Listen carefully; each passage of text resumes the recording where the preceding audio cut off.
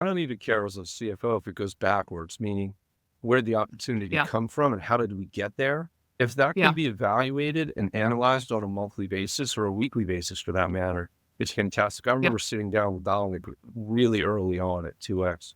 And he had this chart of somebody like coming in, and it ended up being a win. And he went backwards and mapped the whole thing out. And it was all the different touch points they had before they actually answered the phone for one of the people, or the inside salespeople that were calling. And it was like 10 touch points. And he had mapped the whole thing out because he'd figured out every Yeah. data point that they had been able to hit, or we were able to track, whether it was what did they consume on the website? What did they like on LinkedIn? Did they receive some kind of a gift because they were doing a marketing campaign? And did they open up the emails? If you can figure out a way to connect all those things and then report back, Connect the dots. then all of a sudden it's not just about, that lead to opportunity. It's about how did we find this guy and how did we Right. convert him into a win at the end of the day? And what was all the data that he consumed on the way related to our specific company?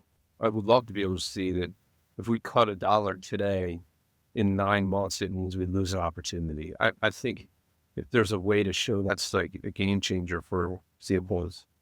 And so it's just amazing to see how all of these investments that we make, whether it's in our content, whether it's being findable in social media channels and communities, but also the investments we make in our partners, like helping and supporting PE firms as they support their portfolio companies. All of those investments led to a fairly significant close-won sale, and we could connect those dots. So It's really cool. Yeah. it really is a great time to be a marketer with this Yes. technology, but you got to have the analysts that actually can surface these insights in That's such a right. way that you can action them and connect the dots. What do you wish your finance executives knew about marketing that might change the way that they show up in those conversations? Financial people love models, right? They love their long range models. They love their forecasting models.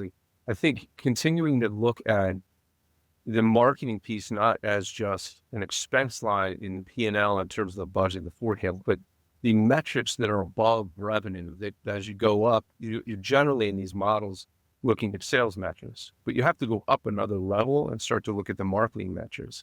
And you have to look at Yeah. where the dollars are spent and how it's waterfalling all the way down.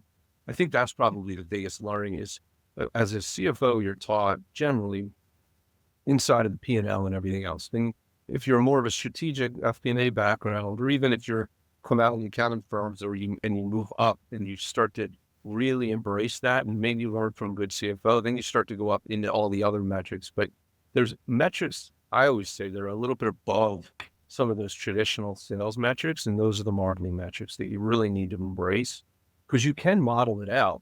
Back to when I said earlier, I think it would be really cool to know if we cut $1 in marketing spend now, how it would impact. My first thought was, how would that flow through a financial model? And I would love to have that toggle all the way at the beginning that was like an extra marketing dollar here. What does that do when I turn that knob in terms of the waterfall all the way down?